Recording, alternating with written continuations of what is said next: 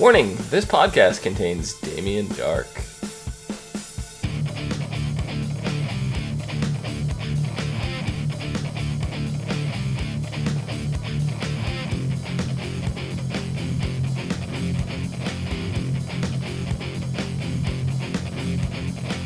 Hello everybody and welcome to the ASOTV podcast for Legends of Tomorrow Season 1 Episode 2 Pilot Part 2. I hate when there's numbers in the titles.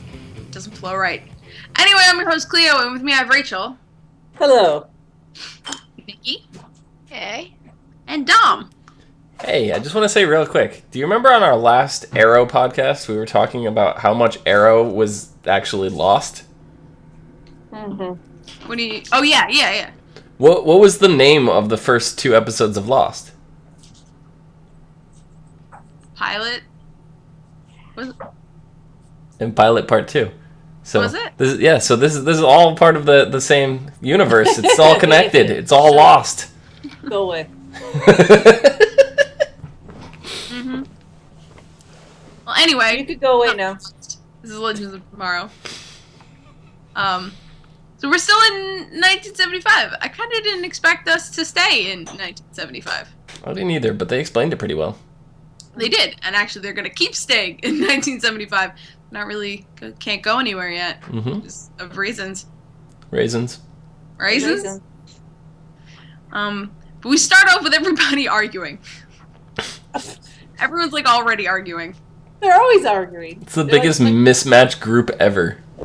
Yeah, and it's perfect. And this is what I love about this more than I love about like the Avengers dynamic. Like, yes, the Avengers have their differences of opinions and their mismatches, but like this group is just this is fucked. This group is just fucked. And like everyone was, Rip was like, no, there are serious consequences if you fuck things up, and they're just like, yeah, but you lied to us, so fuck you. Right? I guess kind of what everyone was like, and Ray's like, we shouldn't have trusted you and stuff, so. Wonder how this would have went if they listened to him just a little bit. Just a little bit, but I mean, they did listen in regards to, he said that they cannot interfere with a timeline in which they've already interfered in. So, like, they can't go back and save their son after. But that, they can't take it upon themselves to do it. Right. Gideon's not going to listen to them. Right.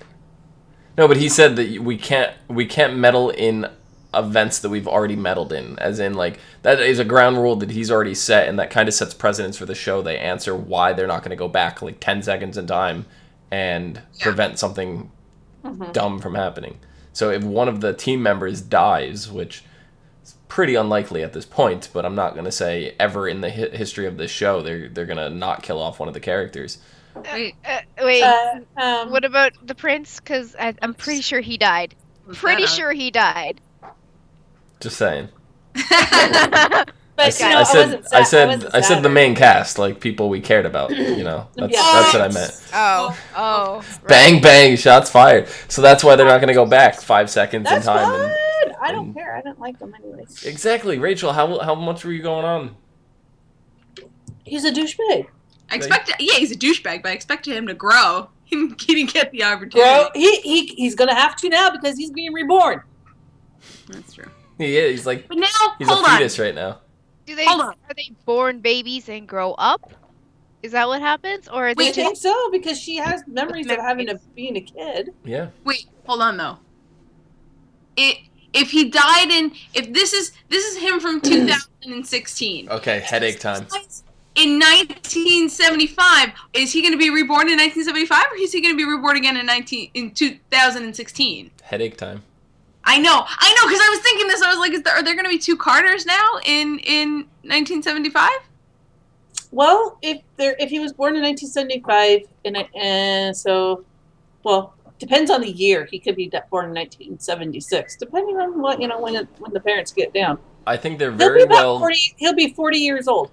I think there very well could be 2 Carters in the same timeline for that reason. Like, so present day Carter goes back in time. Mm-hmm. Where there presumably is already a Carter existing. Correct. Right? Dies.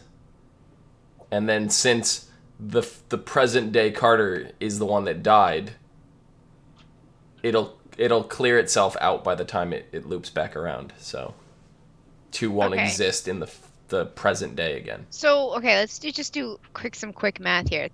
They're 4,000 years they've been around, right? Mm-hmm. And they've lived 216 lives, right? Mm-hmm. Yeah. So what's the average year span? Well, they look like they don't live much past, mid-30s. Yeah. Yeah. So I mean, so 30 max, I bet like 20, 18 least. Mm-hmm. but I mean, like, that's 4,000 years and 16 lives. Like, that. Okay, we're not math. If that, I know, but like, if it's like 30 to 35 years per life, there's obviously spaces where they're not where there's lapses where they're not there in existence. Right. So maybe he doesn't reincarnate for another 10 years. Really? Yeah, there's nothing to say that they reincarnate immediately. Yeah, we don't know how long, or if they do reincarnate immediately, or what's going on. We don't know. We don't know how that works. Yeah, but that's a bit like that was just a big question in my mind. It's like, where where in the time? Yeah, where in time is he now reincarnated? Yeah, and I think for all intents and purposes, it doesn't really matter, because if present day goes back into the past and dies and is reincarnated in the past, yes, there will be 2 Carters for a short period of time on that timeline. Or maybe not. Maybe that was part of the lapse, and him going back and dying then caused the reincarnation of the present Carter that just went back and died. But then no, do not start. This is the compass on Lost all over again. Because once what you said means he's in a closed loop, which means there will not be a future Carter after 2016. Correct. Who cares? He sucks. That's the compass from Lost all over again, and that's the only thing on Lost that I fucking hate. So we're not going to discuss Compass Carter. But no, so Compass Carter. So what I'm saying here is, so you have present day and past Carters, right? Present day goes into the past and is presumably in a timeline similar to where past Carter is. Right? Mm-hmm. They both, let's say they both exist in that same timeline at the same year. Let's say they're both 35 years old, right?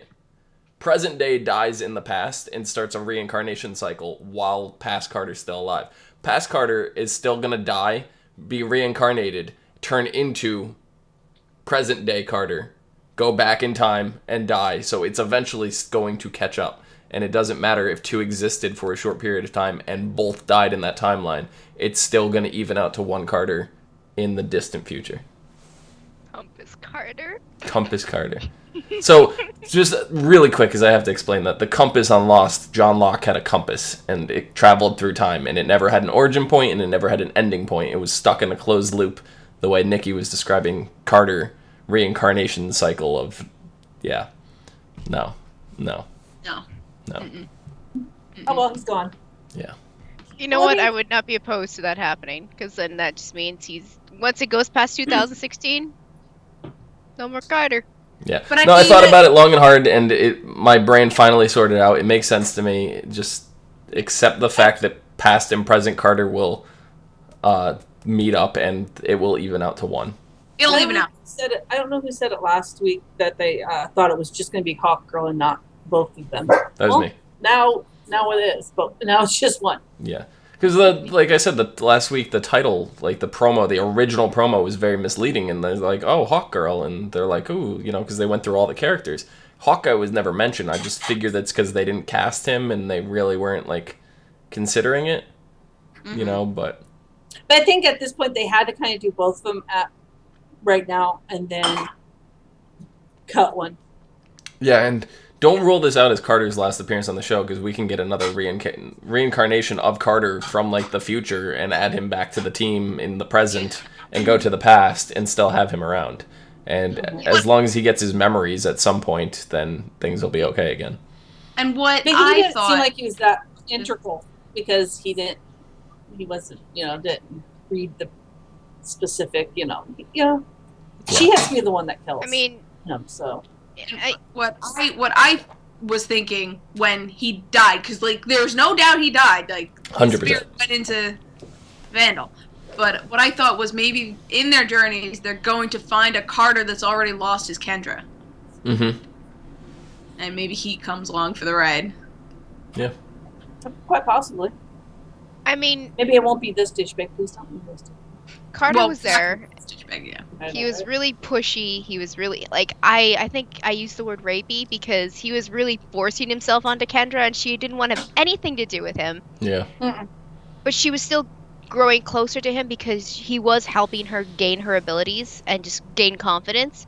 So when he died, that opened up her just her limitations, and she dropped her walls, and she's gonna push forward, and she's gonna want vengeance. She's really gonna kill Vandal now. So her character's gonna grow. Yeah. It was a needed death. It was. Very unexpected though.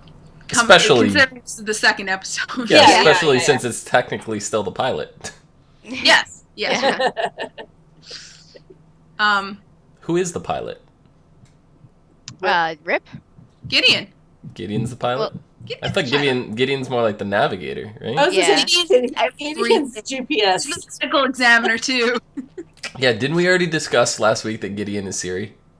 There you go. Yeah. She's got some sass, though. She's so sassy. Less sass this episode than the one before, but I just think it's fun. I like when, things like Gladys have that kind of sass. Mm-hmm. GLaDOS. Gladys. Wasn't Gladys like... Isn't Gladys the neighbor in Bewitched? Probably. Maybe. I'm pretty sure she is. So yeah, we're in 1975, and Rip didn't go with them on any of the missions this time. At all. He would have been a party pooper.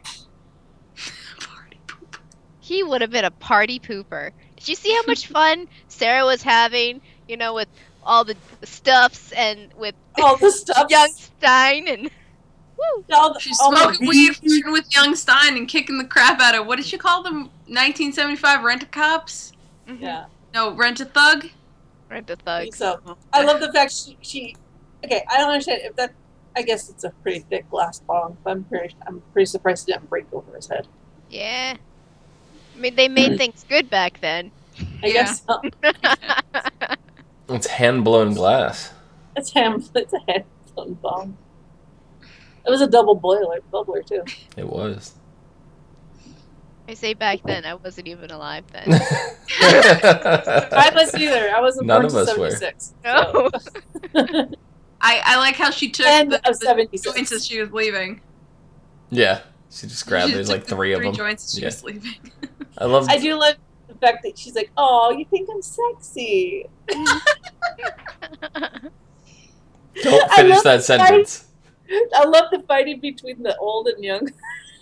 Oh my god.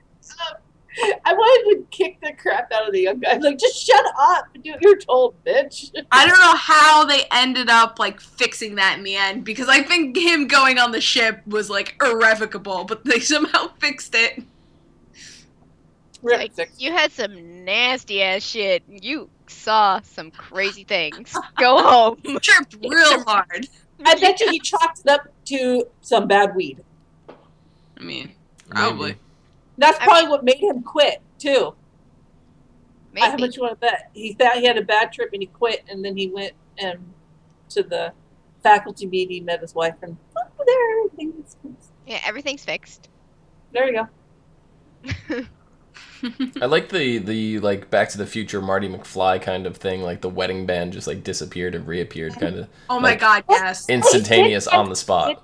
It introduced himself as Marty, which was cracked the hell yes. Me up.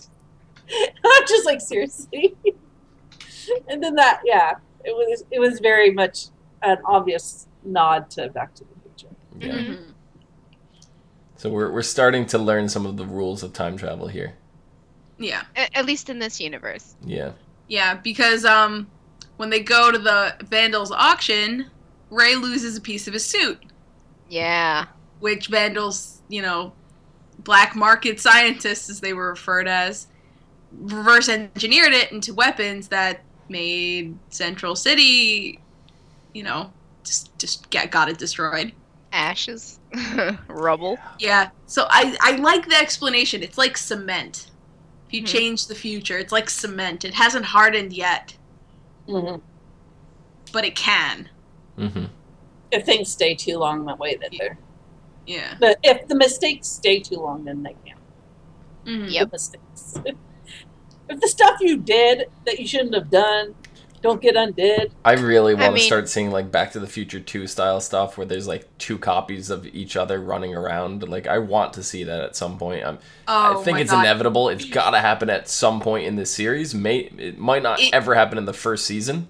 But It can't be anyone but Mick. It needs to be two crazy flame wielding guys running around. That would make my whole year. Stein's got to be on the trip because he's got the name Marty, which Rachel just pointed out, from Back to the Future, but he reminds me more of Dr. Emmett Brown, so he's like both characters mashed into one. Kinda, yeah. No, but what I meant was the duplicates. I just wanted the duplicates of Mick and him running around with flamethrowers. Yeah. I do we're getting a little more in-depth on the two thieves. Yeah. We're getting a little more backstory. I mean, someone called him, your henchman. I'm no one's henchman, basically, know. And then we get a little bit of, I can never remember their names for some reason. Mick is Heatwave, and Leonard is Captain. Yeah. It's like, you should remember his last name because it's a really, really bad Snart. Snart. Do I have to say it again? No. But when he was talking, he kind of got a little glimpse into his background, what happened, why he turned out the way he did. So I'm like, I'm a little interested to see where they go with that. If they actually, maybe they'll go back in his timeline for some reason and see what happened. On the Flash, they do go back into his younger days and do some flashbacks and stuff, so you do get a little bit more on Len or Snart or Captain Cold. Captain Cold. Yeah, and you get his father, so you see where he came from, and how he's Yeah, so there is a bit of that, but it still wasn't enough. There's still a lot, and we learned a lot from him in this episode. I love how he talks. I can't get over now, the way he talks is kind of weird. It's different. It's not, I know it's amazing. I meant to bring this up last podcast, and it's been bothering me for a while on the Flash, and I really just have to point it out.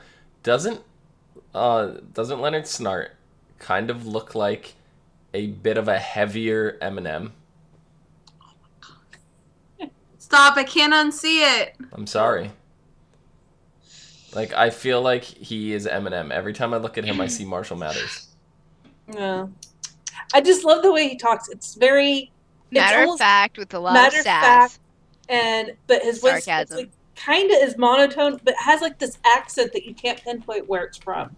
He overemphasizes, it sounds like he picks his words carefully. Yeah, and the way it's almost sing-song way. It's kind of weird. Yeah. It's it's different. Yeah, I absolutely love the way he talks. I have since day one. I listen to him talk. When he talks, I'm like, I really listen to him talk because of the way he talks. Yeah. But,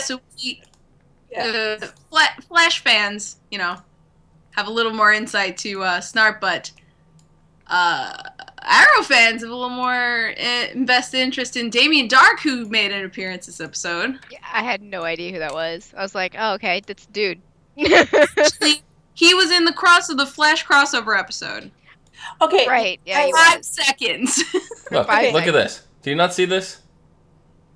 No, stop it! Do you not see this? Stop, you didn't listen. I don't care. Do you not see this? Look how similar they look. I saw it and can't unsee it. Well, what's also kind of weird is every time ever since I've seen Damien Dark, I'm like, I've seen him somewhere else before. Where have I seen him? Where have I saw him on another show. I saw him on Agent Carter. Really? The same actor? Yeah, same actor. He would play the guy in the bowler hat when they went to Russia and to help with the little girl. He was the guy with the big old mutton chops. Oh yeah, he's Dum Dum Dugan. Yeah, I was like, I know this actor from somewhere. Like trying to figure it out. Like, yeah, this is very, very different. Yes, but you can still tell it's the same person. And it's been bugging me for the longest time. And then I saw someone post a meme that says, when you realize Damien Dark worked with Captain America. And I'm like, that's where I've seen him before. Yeah. He's really used that Lazarus Pit. Yeah. Oh yeah. He's all the way from The Captain's 40s, time. the 70s. Yeah. Well, I mean, I don't know. Was it? Well, it's not really Lazarus Pit. He's doing the knife thing bobber. Yeah, whatever's keeping him alive. But I mean, if we don't know that yet. That's what Ra's al Ghul said. They were in the they started the League of Assassins at the same time, and Ra's is at least 300 years old, right? Or was. Yeah. At least. So Damien's been around for the same amount of time. Yeah. Does that mean his wife's been around for the same amount of time? That is a good question. That's not this show. That's a different show. Yeah, but no, his wife was nowhere to be found. Like it was true. just Damien himself, Mm-hmm. and I sat there in utter befuddlement, and I was just like, "Holy what?" And like You want to know my reaction? What? Ah! I just shouted at the TV. Ah!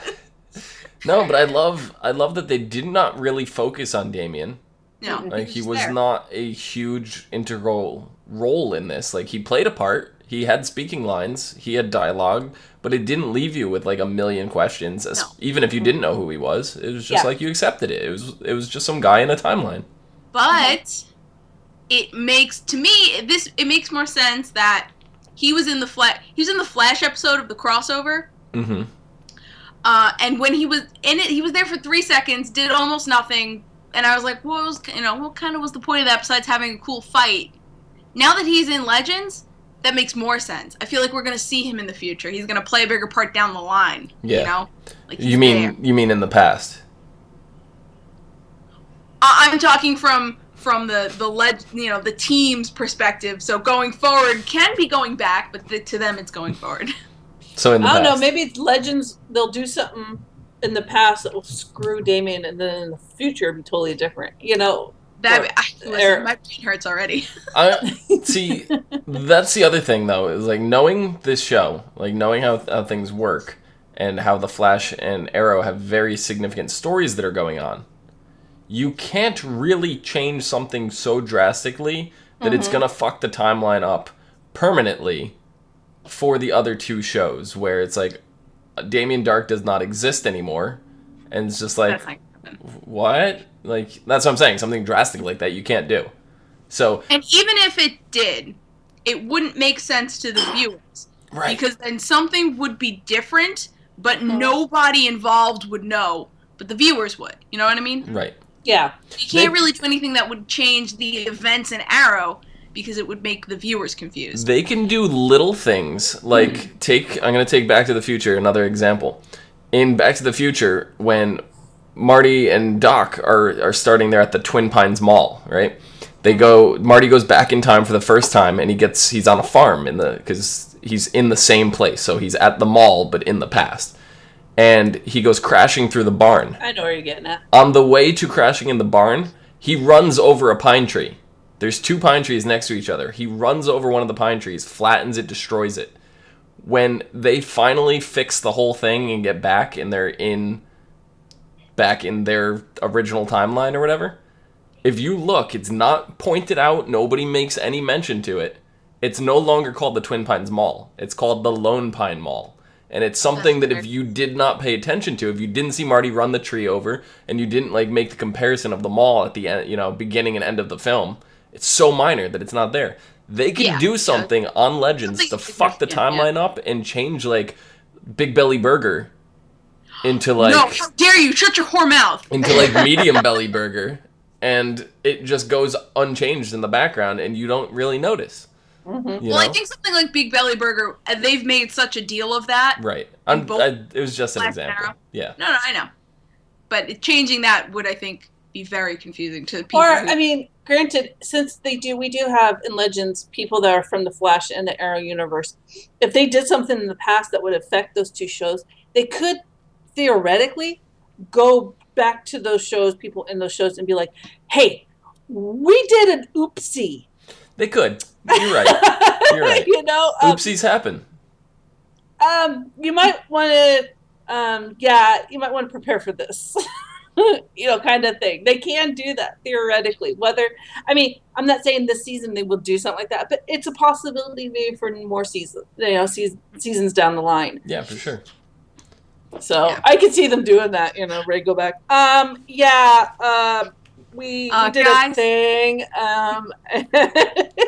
See, but the way this is definitely differing from Back to the Future is Doc Brown specifically is like, you cannot interact with your future or past self. Mm-hmm. Like, that will create a time paradox. It will destroy, the entire universe will implode. But here, Stein is talking to Stein, and it's just like... Yeah, you can't let them know that you're them.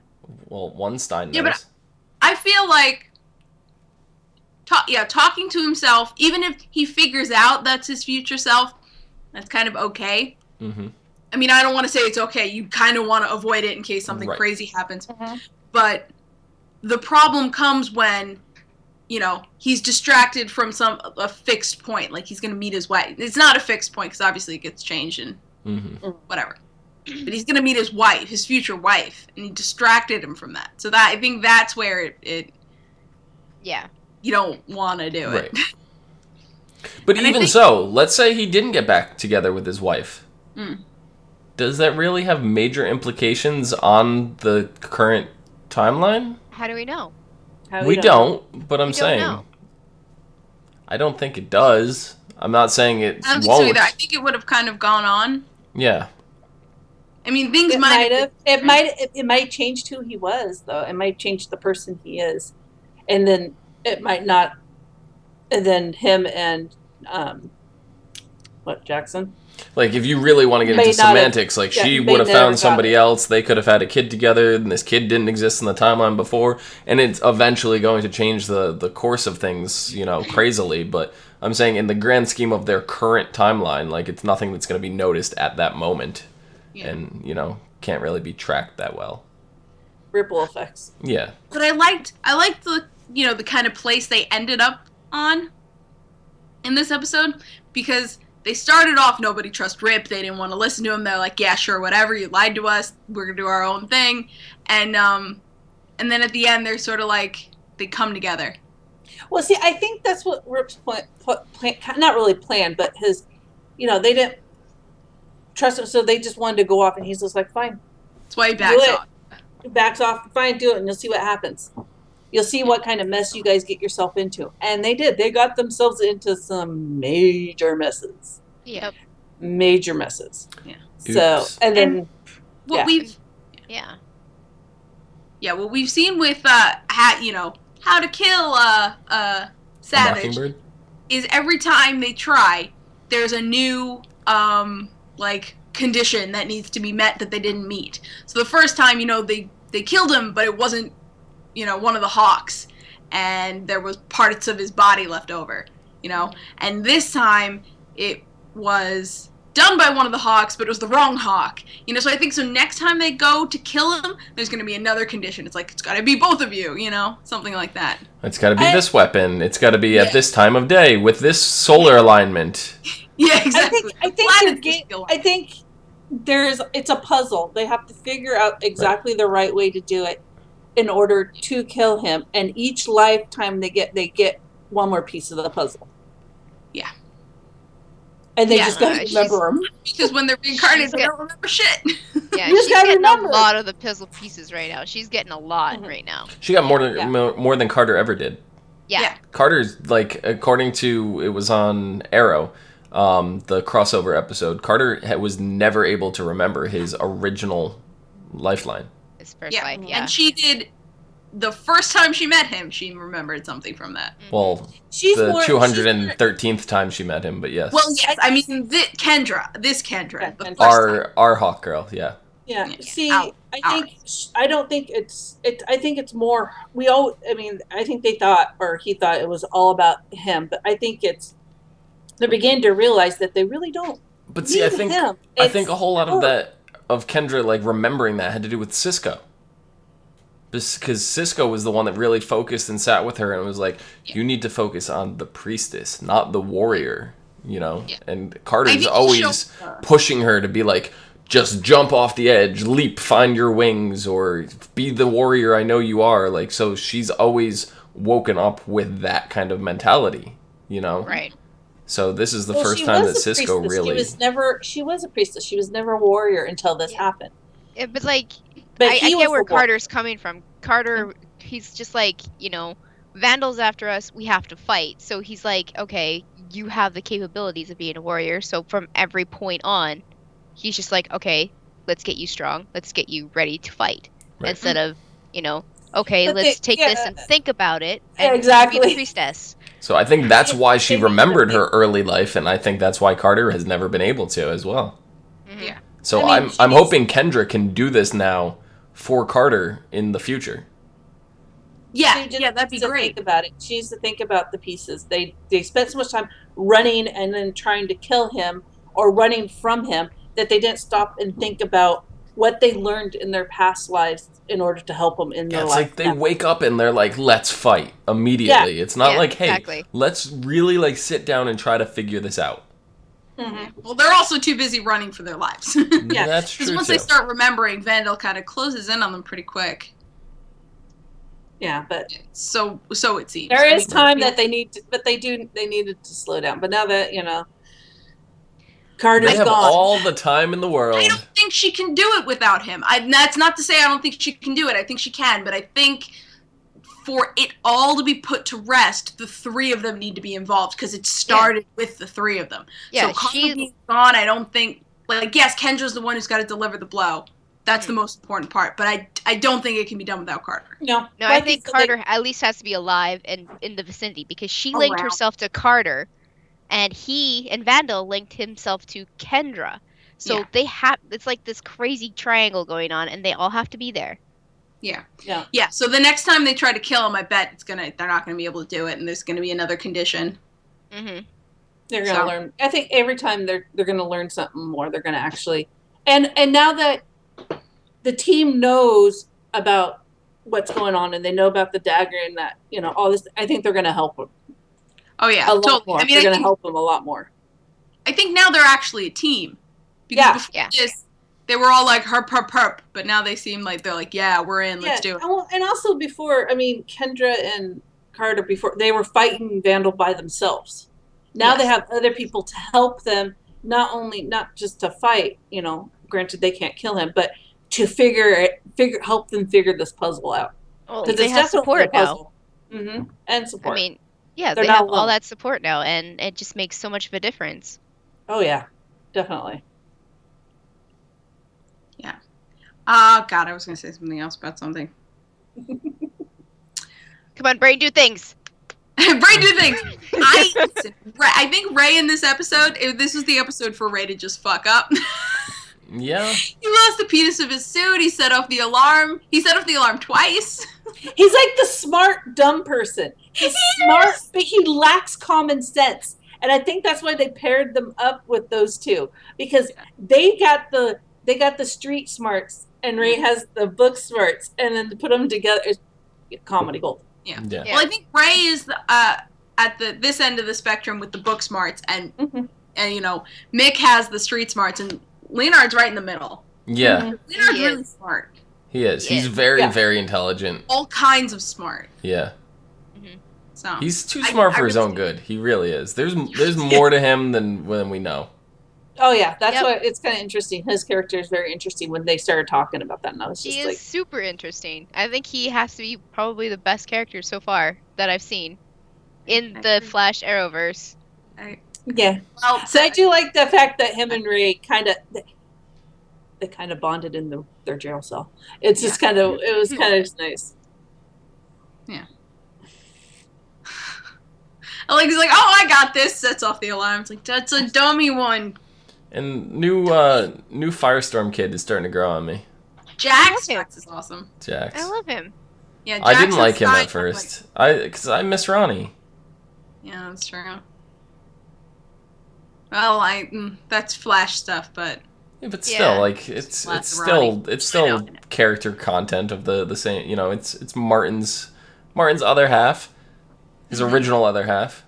I like how, I mean, Ronnie and Stein, they got along very well. They barely ever clashed. But with Jackson and Stein, their personalities are so different, and then you see like the inner conflict when they're trying to do things. Jackson's like, no, I'm gonna do it this way, and Stein's like, you idiot, don't do it like that. But then they come together at the end and be like, all right, okay, we can compromise.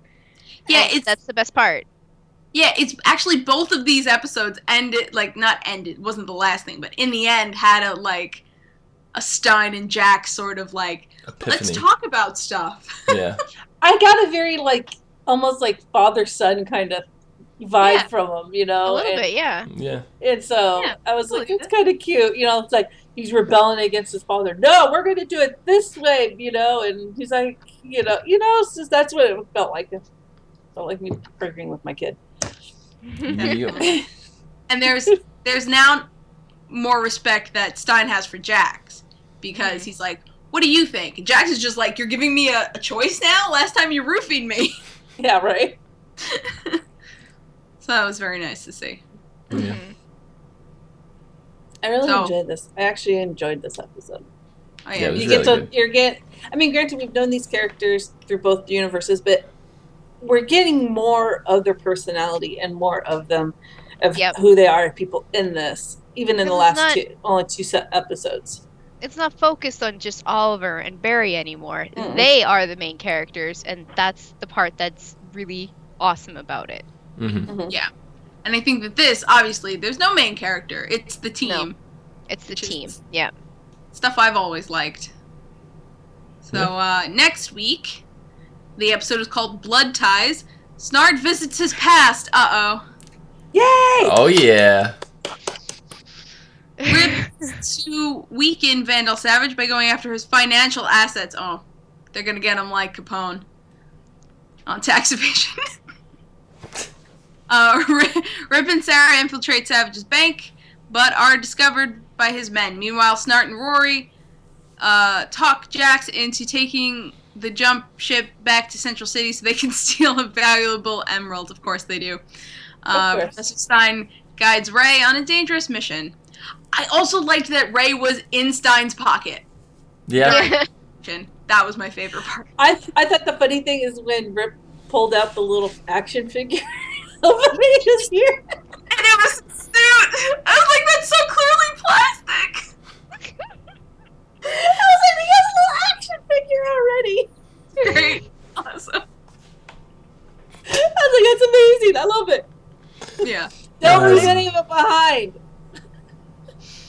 Oh my god. That saves on packing. Yeah.